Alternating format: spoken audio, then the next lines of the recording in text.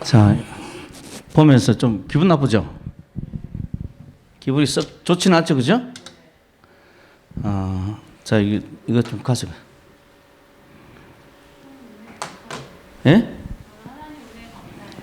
하나님 은혜 감사해요.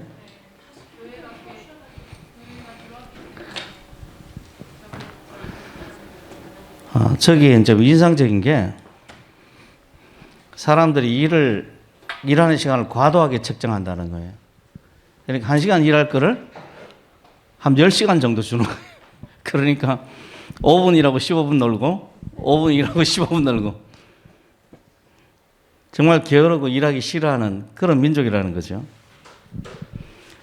이 한 사회를 끌고 가는 게 그 사회 이념입니다.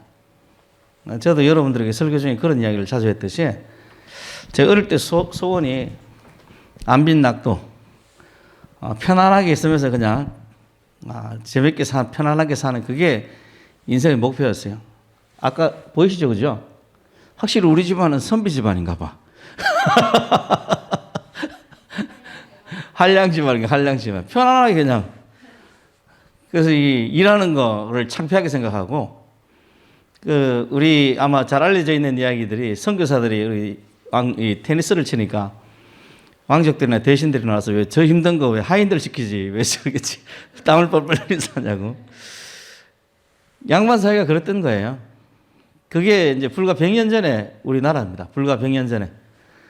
여러분들이 이 인생을 좀 살아보신 분들은 알겠지만은 한 가정의 가통도요, 변화되지 않습니다. 30년, 40년, 50년, 70년이 지나도 한 가문에서 흘러내려오는 그 가통이 있잖아요. 가문의 전통은 변하질 않아요. 변하질 않아요. 그런데 전 나라가 지금 변했어요. 우리는 지금 세계에서 가장 부지런한 민족이고요. 일을 맡겨놓으면 순식간에 끝내는, 가장 안전한 게 순식간에 작업속도를 끝내는 그런 민족이 되었어요. 세계적으로 유명한 민족이 되었습니다. 그런 계통으로서는. 그래서 가장 급속도로 경제 성장을 이루는 나라, 가장 부지런한 민족, 가장 엘리트 또 뭐 똑똑한 그런 민족으로 지금 세계 사람들이 대한민국을 생각해요. 또 많은 외국인들이 우리나라 사람들이 정직하고 질서정연하고 뭐 카페 이야기 많이 하던데 카페에 노트북을 놔둬도 훔쳐가지 않는 교회, 심지어는 지갑을 떨어뜨려도 사람이 와서 주워가거나 이 분식물 센터에서 찾을 수 있는 나라, 그 나라가 바로 대한민국이라는 거예요. 100년 만에 변했어요. 100년 만에. 100년 만에. 조선사회가 그 사회를 이끌고 왔던 그 한 나라의 이념이 잘못되었던 거예요. 잘못되었던 거라. 보면 우리 일본군 대의가 하는 이야기가 여러분 마음에 와닿았으면 좋겠어요. 1000년 동안 잠을 자고 있는데 깨어날 생각을 안 한다. 깨어나기를 원치 않는다는 거예요. 지금 여기가 조사오니 여기서 변화될 생각이 없는 거예요. 여러분들도 인생이 여기가 조사오니 이러면 여러분 인생만 그렇게 인생이 끝나는 게 아니라 여러분 후손까지도 그런 인생을 살아갑니다. 여기가 조사오니 하지 마세요. 여러분의 생각과 마음을 바꿔야 됩니다. 예수 그리스도께로 바꿔야 돼요. 그래서 한 사회를 끌고 가는 것은 그 세계가 가진 이념이 그 사회를 끌고 가는 거예요. 부자는 부자의 생각을 가지기 때문에 부자가 되는 겁니다. 여러분 그거 잊어서는 안 돼요. 예전에 우리 전도 교육 받으러 어느 교회 갔더니 그 어느 목사님이 그러더라고요. 어떤 사람이 부자가 되는지 아냐 이렇게 물어보더라고요. 그런데 속으로 부자 같은 생각을 하면 부자가 되는 거지 내가 그랬더니 이분이 하는 이야기가 더 정확한 이야기를 하더라고요. 부자이기 때문에 부자가 된다는 거야. 내 말하고 똑같은 내용이죠 사실은. 부자이기 때문에 부자가 되는 거예요. 공부도 역시 마찬가지입니다. 어떤 사람이 공부를 잘하느냐. 공부를 잘하는 건 생각을 가지고 있기 때문에 공부를 잘하는 거예요. 잘하는 거예요. 어떤 사람이 신앙생활을 잘하느냐. 신앙생활을 잘하는 그런 생각을 가지고 있기 때문에 신앙생활을 잘하는 겁니다. 하나님이 불공평해서 어떤 사람이 역사하고 어떤 사람이 역사 안 하고 이게 아닙니다. 하나님께서 역사 안 하는 사람들은 역사 안 하는 그런 생각을 가지고 살아가기 때문에 하나님께서 역사를 안 하는 거예요. 100년 전에 우리 민족이 똑같은 민족입니다. 우리들의 할아버지고 우리들의 조상들이에요. 그죠? 똑같은 사람들 여러분 보면 어떻습니까? 제가 이 60년대 말 70년대 초 청계천도 봤어요. 청계천 보니까 완전히 판자촌이에요. 판자촌. 판자촌이고 청계천 밑에다가 또 굴을 팠더라고. 그 판자촌도 못 짓는 사람들 있잖아요. 못 짓는 사람들이 뭐라 그러더라. 뭐 개미굴이라고 그러나 하여튼 그 굴을 파가지고 그 안에서 지대내더라고. 불과 몇십 년 전에 우리는 그랬어요. 서울시가 그랬다니까. 서울시가. 청계천 그 물 위에는 변이 막 둥둥둥둥 어느 집에서 나온 변인지 몰라도 변이 둥둥둥 떠다니고 그런 사회가 우리 대한민국이었습니다. 대한민국이었어요. 그 사람들과 지금 우리 조상들과 우리가 머리가 다르겠어요? 뭐가 다르겠어요? 달라진 거는 이 생각이 바뀐 겁니다. 제가 그 생각을 결정적으로 바꾼 사람이 누구라고 그랬어요? 이승만이 아니고 박정희입니다. 제가 보기엔 박정희. 이승만은 비전들을 제시했다면 그 비전을 실제로 실천한 사람이 박정희예요. 박정희.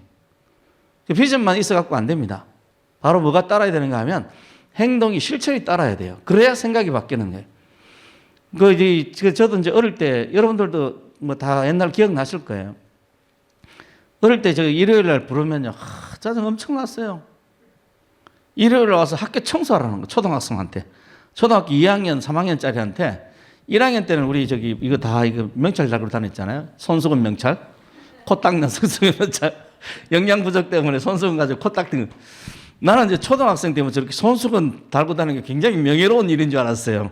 근데 초등학교 딱 들어가 보니까 그게 코 닦는 손수건이더라고.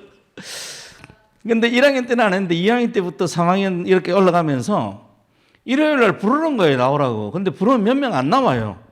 지금 생각해보니까 안 나오는 친구들은 교회 나갔나 봐. 교회 안 다니는 사람만 불러가지고 학교 청소를 시키는 거예요. 학교가 버드나무가 이렇게 많이 있었는데 버드나무가 이파리가 잘 떨어지잖아요. 그 버드나무 짜증나. 다른 사람 안 나오는데 추운 겨울날 이게 뭐야 추워 죽겠는데 막 이러면서 막 청소한 기억이 나요. 그런데 그렇게 해서 우리나라 민족이 그렇게 게으른 민족이 부지런해진 거예요. 사람은 똑같습니다. 여러분 보면서 어디 아프리카에 사는 사람들 같다 그런 생각 안 듭니까? 저는 그거 보면서 이상하다. 저 선교사들이 아프리카에 사는 보고들을 우리나라 사람들이 100년 전에 저랬구나 이런 생각이 들었어요. 우리 조상이기 때문에 그렇게 썩 기분 좋지는 않지만은 저게 현실이잖아요. 우리 기독교인들의 특징은 현실을 받아들이는 데 있습니다. 내 모양이 좀 안 좋더라도 그대로 받아들여요. 그러면 똑같은 민족, 똑같은 혈통, 똑같은 장소, 똑같은 기후에서 각각 다른 시간대의 사람들이 달라진 게 뭐냐 하면 그 사람의 내면이 가지고 있는 생각이 바뀐 거예요. 생각이.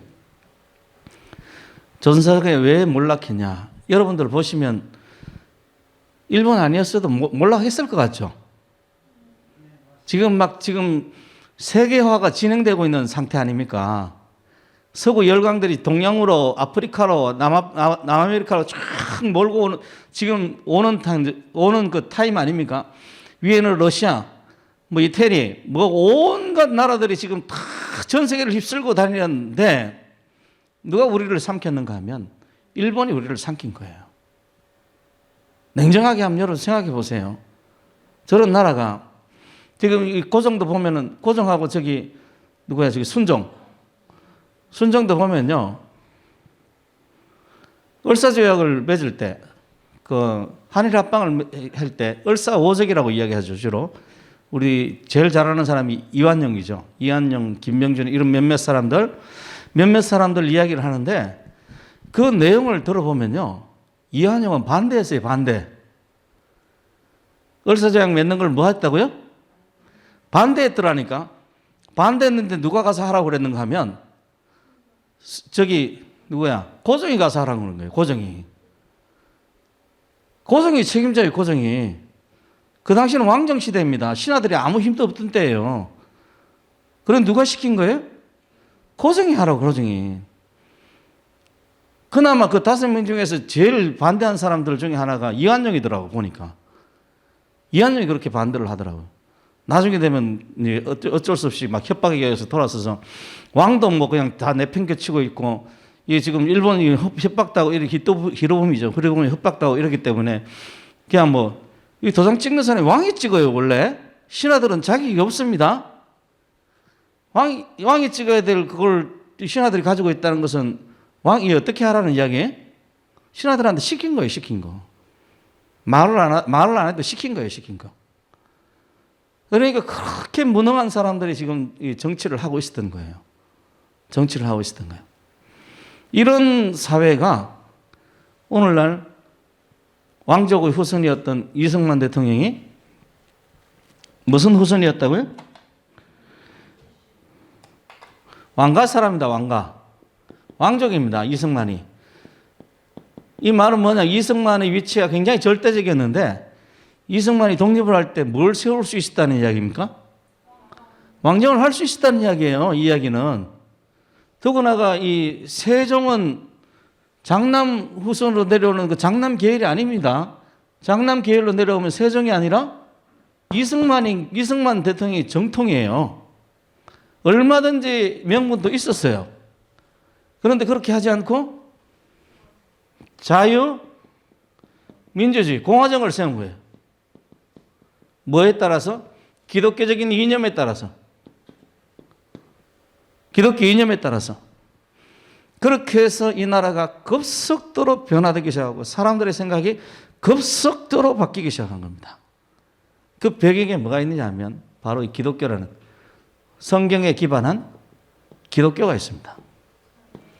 올바른 이념이, 올바른 생각이 올바른 사람을 만듭니다. 정말 여러분들이 하나님의 복을 받고 싶으면 성경대로 사셔야 됩니다. 성경에 여러분의 관심을 두고 성경에서 어떻게 말하는지 살펴보고 성경으로 살아야 돼요.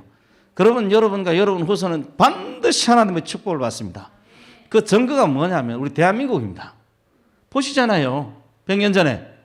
그리고 지금. 이 대한민국의 증거예요. 증거. 그리고 여러분들과 여러분 가정이 증거가 되게 하십시오. 하나님의 증거들. 정말 바른 이념을 가지고 바른 생각을 가지고 살면 반드시 하나님께서 우리를 축복하신다는 거예요. 이 바른 생각이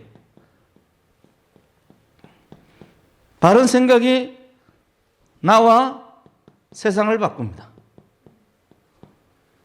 얼마 전에 백기환 씨 장례식 때 1000명 이상이 왔다고 그러고 문재인도 갔다고 그러고 저게 누구야? 이재명이도 가고 이랬었는데 좀 황당하더라고요. 백기환 씨 좀 촬영하는데 좀 그렇지만은 조금 이상한 사람입니다. 정상적인 생각이 가진 사람이 아니에요, 그 사람은. 우리나라 망친 몇몇 사람을 꼽자면 그 중에 한 사람 들어갑니다.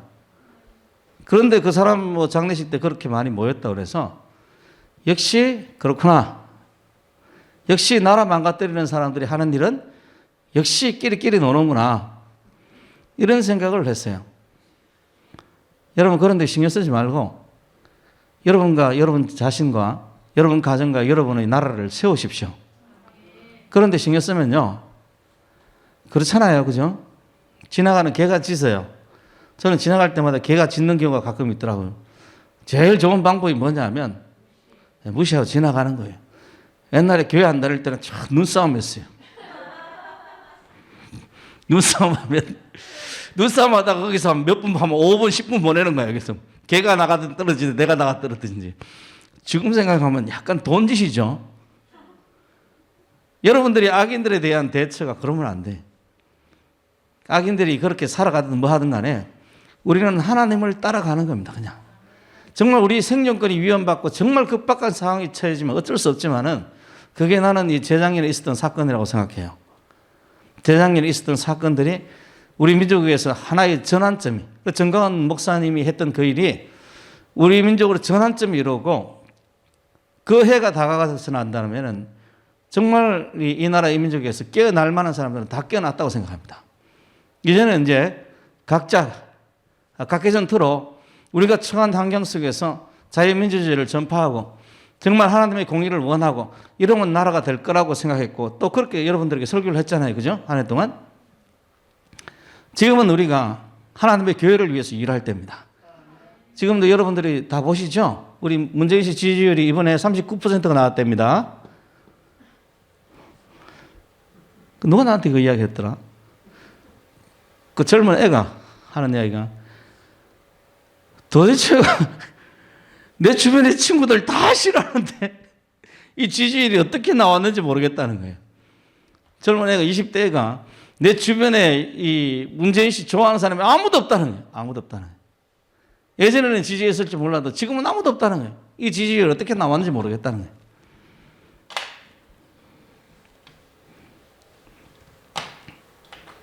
지금은 우리가 주를 위해서 일어나고 주를 위해서 일할 때입니다.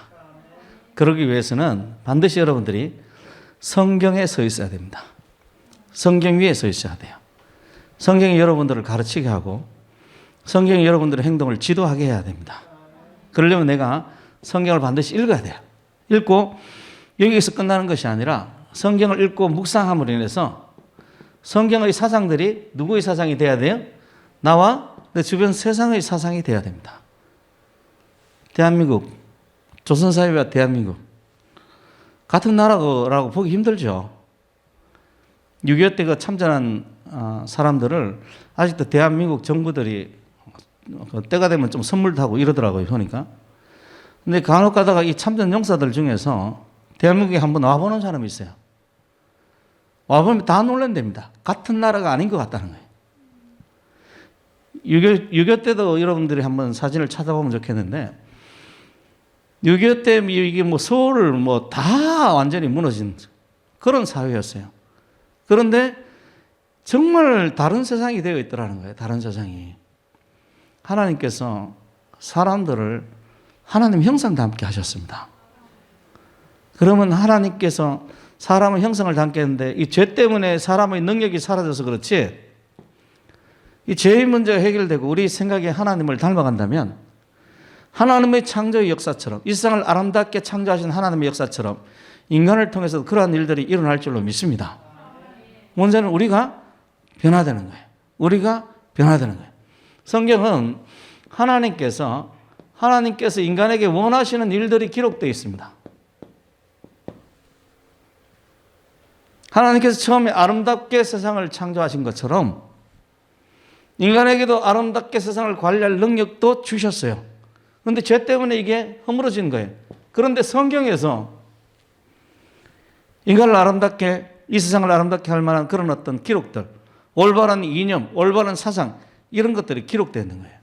그래서 우리가 그 말씀에 순종하면 하나님이 처음에 세상을 창조하신 그 뜻이 이루어질 줄로 믿습니다. 우리가 순종하면.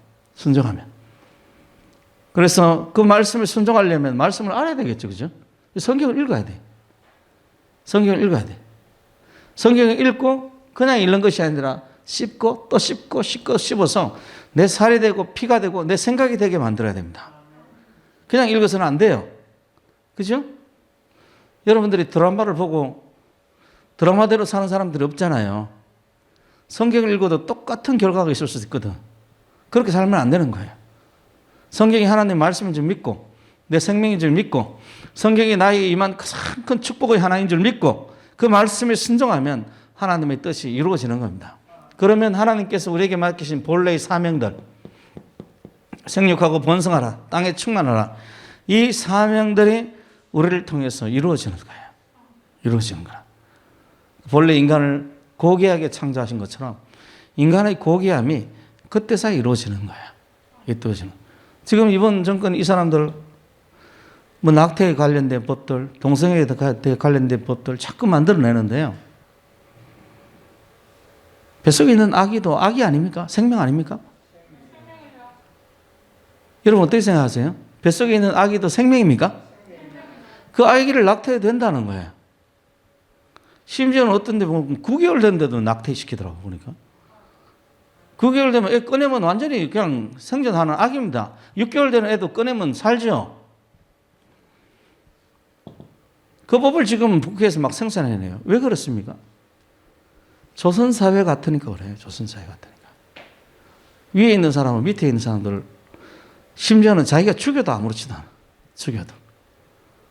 다른 비디오도 이렇게 보면 유튜브 비디오를 보면 그런 게 나와 있어요. 어떤 사람은 그렇게 이야기를 하더라고요. 자기 동족을 저렇게 수백 년 동안 노예 삼는 민족은 처음 본다는 거예요. 물론 그런 민족이 많지만 그 사람은, 그 서양인은 그런 걸 처음 봤나 봐요. 자기 동족을 400년 동안 노예 삼는 민족은 처음 봤다는 거예요. 처음 봤다. 그렇게 악질적인 사회가 조선 사회인 거예요. 그런데 그 조선 사회를 미화합니다. 미화하고 사람들이 드라마를 보면서 왕 같은 거 미화하고 이런다면서요. 드라마 보셨죠? 여기서 봤다고 이야기하면 장비다 가는 겁니까? 드라마, 조선 사회에 나오는 드라마 안 보셨습니까? 그거 보면 막 미화하잖아요. 미화하잖아요. 그래서 조선 사회를 그 아름다운 모습만 보는 거예요. 보세요. 아까는 부산 이야기 하는 것 같은데 서울도 똑같았어요. 길거리 가면 오물이 가득했다는 거예요. 똥이 굴러다녀서 이걸 피해 다니라고.